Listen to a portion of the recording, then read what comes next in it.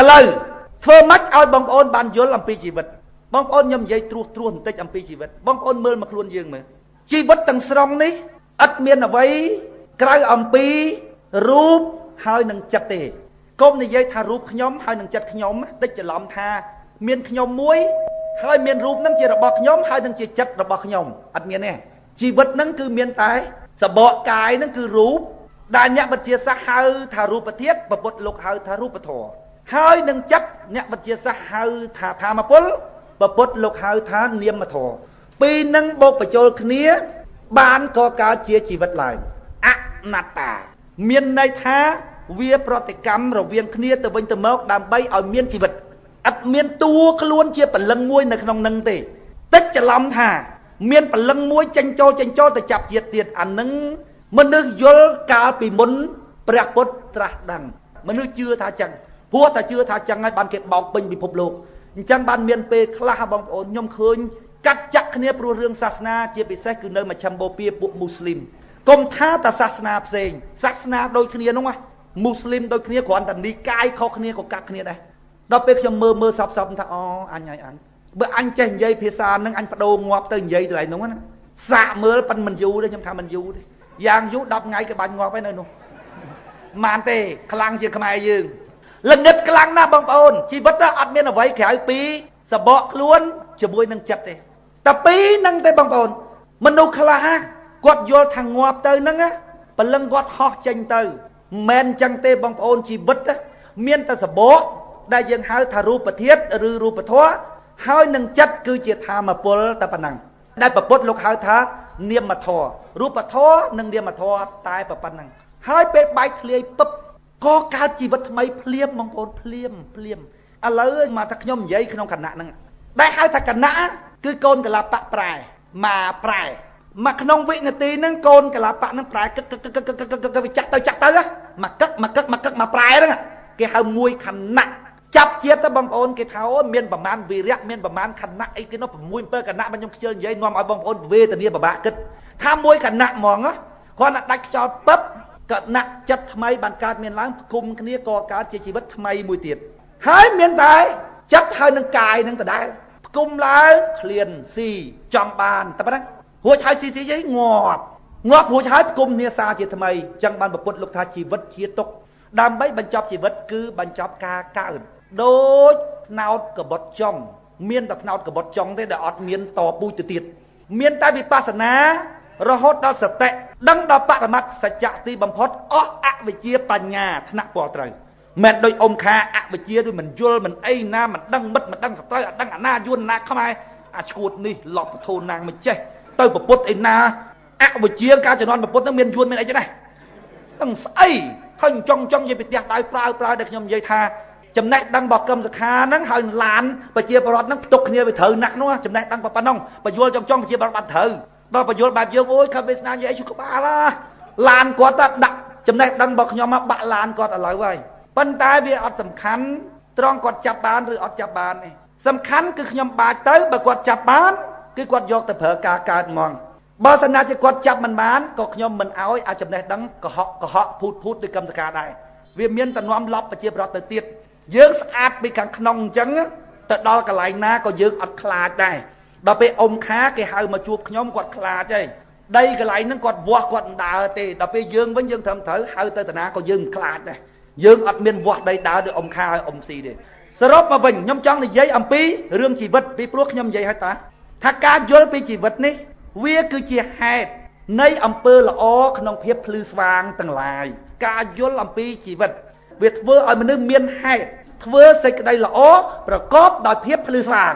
មិនធ្វើសេចក្តីល្អដោយងឹតងល់ទេណាព្រះពុទ្ធលោកមិនដែលនិយាយថាគ្រប់សេចក្តីល្អទាំងអស់សុទ្ធតែបានផលល្អណាលោកប្រាប់ថាធ្វើល្អប្រកបដោយបញ្ញាអត់ប្រកបដោយបញ្ញាមិនបានអានិសង្សទេតែបានជាអត្តនវៈឲ្យអ្នកសុំទានឲ្យរងថ្ងៃអាណិតពេកអ្នកសុំទានកើតកាន់តែច្រើនអត្តនវៈឲ្យទៅចោលមួយថ្ងៃទៅឲ្យមួយថ្ងៃទៅឲ្យចោលវាដឹងថាអូយពេកនឹងមានលុយច្រើនណាឲ្យមិនអស់សោះប្លន់ហេខ្ញុំធ្វើតែអំពើល្អហេតុអីបានមិនបានផលល្អធ្វើអំពើល្អគ្មានបញ្ញាឲ្យអត្តនវៈឲ្យជាទោសការយល់ពីជីវិតធ្វើឲ្យយើងមានបុព្វហេតុ ក្នុងការធ្វើសេចក្តីល្អប្រកបដោយភាពភ្លឺស្វាងធ្វើសេចក្តីល្អប្រកបដោយបញ្ញាកុំបំភ័យដោយសាសនាយើងបញ្យល់ឲ្យមនុស្សយល់ពីជីវិតអត់មានអ្វីក្រៅអំពីបណ្ដុំរវាងកាយហើយនិងចិត្តទេហើយឆ្ងាញ់ចេះទៀតបងប្អូនកាយហើយចិត្តហ្នឹងជារបស់ពីរពឹងគ្នាទៅវិញទៅមកទៀតមិនកាយនៅផ្សេងចិត្តនៅផ្សេងដោយគណៈបកសំស៊ីគណៈបកសិទ្ធិមនុស្សហ្នឹងរួចហើយគេបោកបញ្ចូលគ្នាទេអត់អញ្ចឹងទេអាស្រ័យនឹងគ្នាដូចគល់អុសអញ្ចឹងណាកាលណាយើងយកទៅដុតចេញជាភ្លើងមិនអាចយកកត្រៃទៅកាត់ភ្លើងរួចហើយដើរចេញពីកតុយអុសទេអាភ្លើងហ្នឹងគឺវានៅអាស្រ័យនឹងកតុយអុសហ្នឹងហើយកតុយអុសជារូបមានលក្ខណៈអនិច្ចំទុក្ខំអនត្តាបែកធ្លាយដល់ពេលវាអស់ធាតុត្រត្រង់អេកហ្សូអាធម្មពលហ្នឹងក៏រលាយទៅជីវិតរបស់មនុស្សមានតែប៉ុណ្ណឹងកាលណាបេះដូងសួតប្រមាត់វាតាក់គ្នាអញ្ចឹងទៅបេះដូងដើរបេះដូងចាប់ផ្ដើមដើរភ្លាមចេញជាចរន្តអគ្គិសនីទៅធ្វើការជាមួយខួរចេះគិតចរន្តអគ្គិសនីមកធ្វើការមួយភ្នែកមើលឃើញចរន្តអគ្គិសនីគេហៅចិត្តអញ្ចឹងចិត្តមើលឃើញរូបតាមរយៈភ្នែកចិត្តដឹងក្លិនខាងក្រៅតាមរយៈច្រមុះចិត្តដឹងសម្លេងខាងក្រៅតាមរយៈត្រចៀកចិត្តចេះគិតត្រេះរិះពិចារណាតាមរយៈខួរក្បាលបើស្នាជាបងប្អូនកាត់បេះដូងមនុស្សដាក់បេះដូងស្វាក៏នៅតែផលិតចិត្តឲ្យបងប្អូនបានដែរក៏នៅតែចេះគិតដែរពីព្រោះគិតគឺខួរក្បាលទេឥឡូវយើងខ្វះម៉ូទ័រសម្រាប់បញ្ចេញភ្លើងកាត់បេះដូងចោលហើយដាក់បេះដូងជាប់មកផលិតភ្លើងឲ្យយើងទៀតមកខួរក្បាលយើងគិតបានដដែលព្រោះអីព្រោះភ្លើងនឹងប្រើបានប៉ុន្តែបើបេះដូងដដែលរួចកាត់ក្បាលមនុស្សដាក់ក្បាលស្វា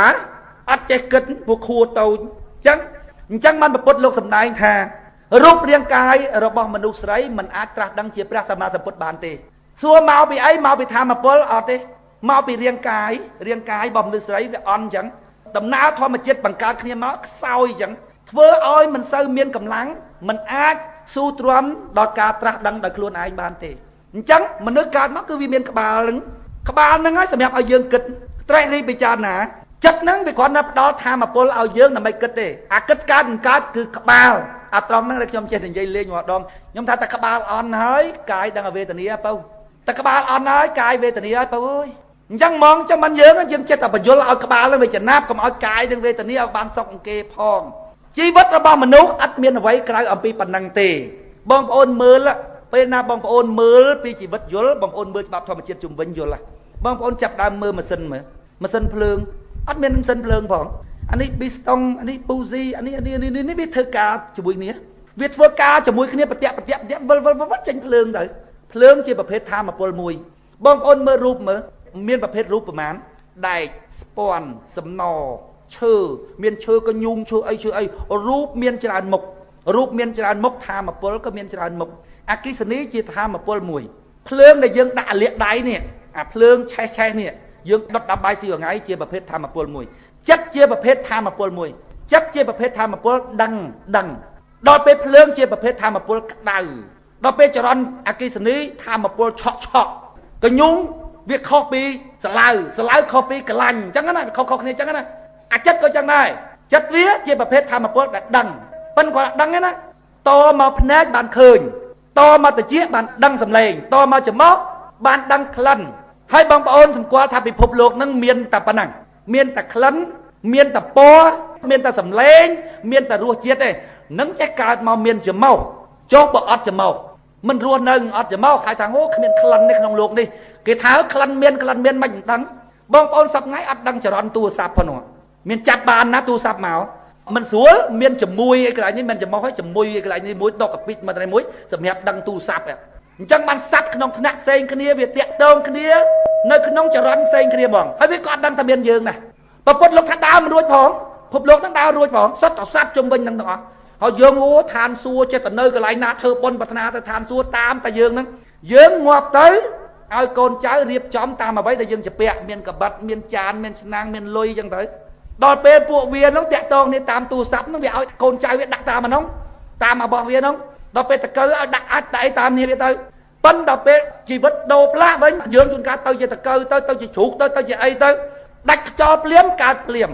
មកកណៈអត់មានពីណាយកទៅសួរថាយាយឯងធ្លាប់ធ្វើបុណ្យធ្វើទានអត់មានគេបោកកន្លែងហ្នឹងយកលុយអស់អាណិតយាយមែនតើគេបោកយកលុយអស់កូនចៅឲ្យគឺថាទុកអត់បានតែបង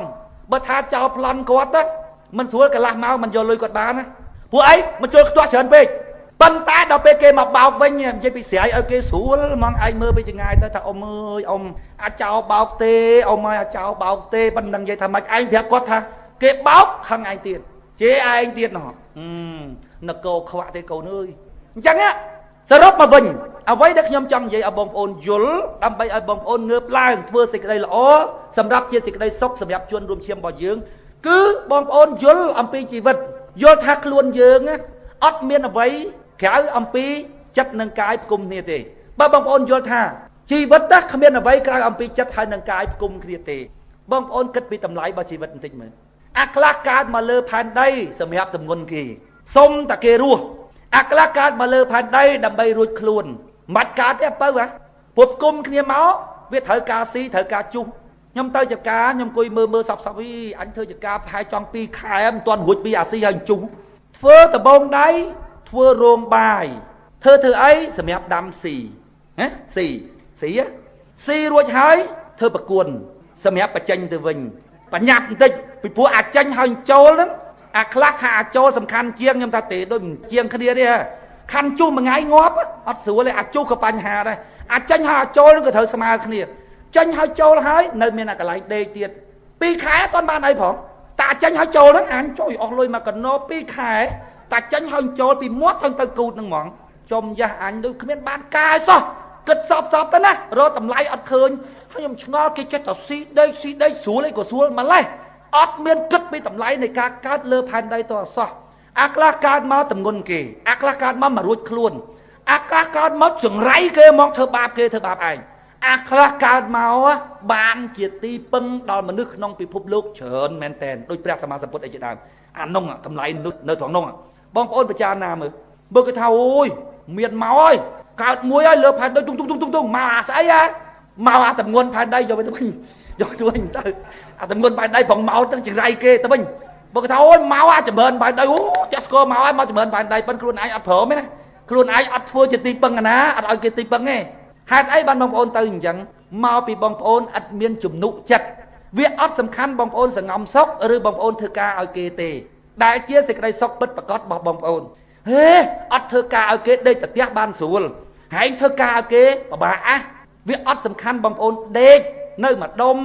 ដើរតែលេងឬបងប្អូនលះបង់គ្រប់បែបយ៉ាងដើម្បីអ្នកដទៃគឺជាសេចក្តីសុខទេសំខាន់គឺជំនុកចិត្តបងប្អូនជក់អាណាបើជក់នឹងអាដើរលេងជក់អាស្អីហ្នឹងបងប្អូនសប្បាយណាស់ហ្នឹងហើយបើបងប្អូនជក់ជួយគេសប្បាយចិត្តដូចគ្នាអញ្ចឹងប៉ុន្តែវាសំខាន់តើបងប្អូនជំនុកចិត្តបែបលក្ខណៈជាមនុស្សអត់មនសិការយើងគិតមើលត្រូវអត់បើមិនអញ្ចឹងទេបងប្អូនហើយមនុស្សគ្រាន់តែជាសត្វដេរឆានមកពួកគោវាស៊ីតាមរបៀបគោទៅកបីស៊ីតាមរបៀបកបីទៅមនុស្សស៊ីតាមរបៀបមនុស្សទៅតែប៉ុណ្ណឹងស៊ីហើយងាប់អត់មានតម្លៃអីទាំងអស់ហេតុអីបានយើងចេះគិតថាព្រោះយើងមានក្បាលខុសពីសត្វដេរឆានក្បាលនេះបើយើងអត់មានក្បាលអញ្ចឹងទេផ្គុំឡើងដោយតកោដូចកបីអត់ចេះគិតទេបងប្អូនពិចារណាមើលបើជីវិតទាំងអស់បែកហើយផ្គុំបងប្អូនធុញខ្ញុំធុញបងប្អូនថ្ងៃណាបានដល់ថ្នោតកបុតចុងហ្នឹងខ្ញុំព្រមភ្លាមហ្មងប៉ុន្តែមានមនុស្សខ្លះថាងក់ក្បាលបានក៏អញព្រមដែរព្រោះអីព្រោះវានៅជាប់អញហ្នឹងមែនតែនហ្មងបងប្អូនណាងាប់ពឹបកើតភ្លាមហ្មងកើតកន្លែងណាបានរស់កន្លែងហ្នឹងមិនដែលមានជីវិតគុំកន្លែងដែលអត់សមរម្យ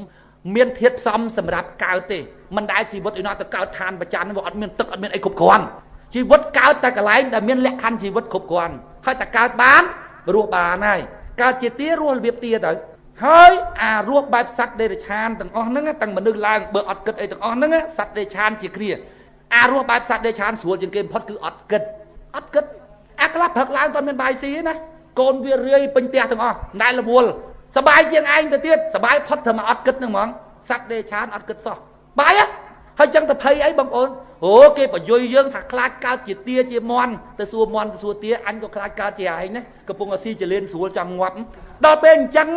បងប្អូនកុំទៅភ័យឲ្យគេបោកអស់លុយសត្វមួយណាក៏មានសេចក្តីសុខហើយនឹងទុក្ខរបស់វាដែរវាស៊ីចលៀនវាស៊ីអាចនឹងវាសបាយបើកើតជាតកៅក្នុងប្រគុណអាចខ្ញុំថាស្រួលជាងអីទៀតព្រោះអត់បាក់ដៅស៊ី